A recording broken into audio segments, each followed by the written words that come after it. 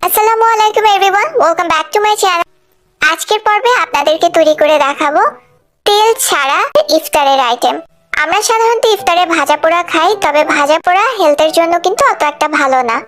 তাই যদি মাঝে মাঝে ইফতারে ভাজা পোড়া কমিয়ে দিয়ে এই টাইপের হেলদি খাবার খাওয়া যায়, সেটা কিন্তু শরীর, পেট সবকিছুর জন্য ভালো। এখন করে দেখাবো ডিমের সালাদ। ডিমের সালাডটা তৈরির জন্য প্রথমে ড্রেসিং তৈরি করব। এর জন্য 4 টেবিল চামচ পরিমাণ মেয়োনিজ নিয়েছি। আপনারা যারা স্বাস্থ্য সচেতন তারা চাইলে মেয়োনিজের পরিবর্তে টক দইও ব্যবহার করতে পারবেন। চিলি সস নিয়েছি আধা চা চামচ, গোলমরিচের গুঁড়া 1/4 চা চামচ, লবণ দিলাম সামান্য একটু। এখন মিশিয়ে নিচ্ছি।